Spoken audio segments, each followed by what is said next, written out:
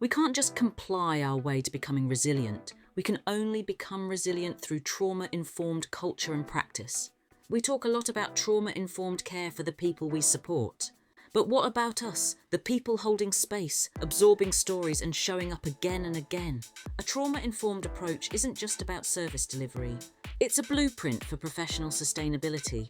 When we understand trauma's impact on the nervous system, we stop expecting ourselves or others to perform to the point where we become overwhelmed.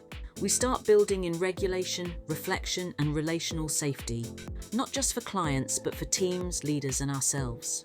This shift matters because burnout doesn't start with laziness or lack of passion. Compassion fatigue doesn't happen because we don't care. They start when we override our own signals for too long, when we push through without pause, when we forget that resilience isn't a personality trait, it's a practice. Something which requires patience, time, and effort to grow. Compassion fatigue creeps in when empathy becomes exposure without replenishment. But trauma-informed practice reminds us, empathy needs boundaries. Attunement needs rest, and growth needs safety. So what does professional growth look like in trauma-informed practice? It looks like curiosity over control, reflection over reaction, and systems that support, not just demand, emotional labour. This isn't about being soft, it's about being sustainable. It's about embedding emotional safety into the way we lead, learn, and look after each other.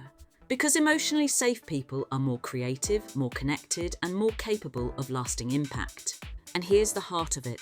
We care best when we're cared for. Trauma-informed practice starts with us.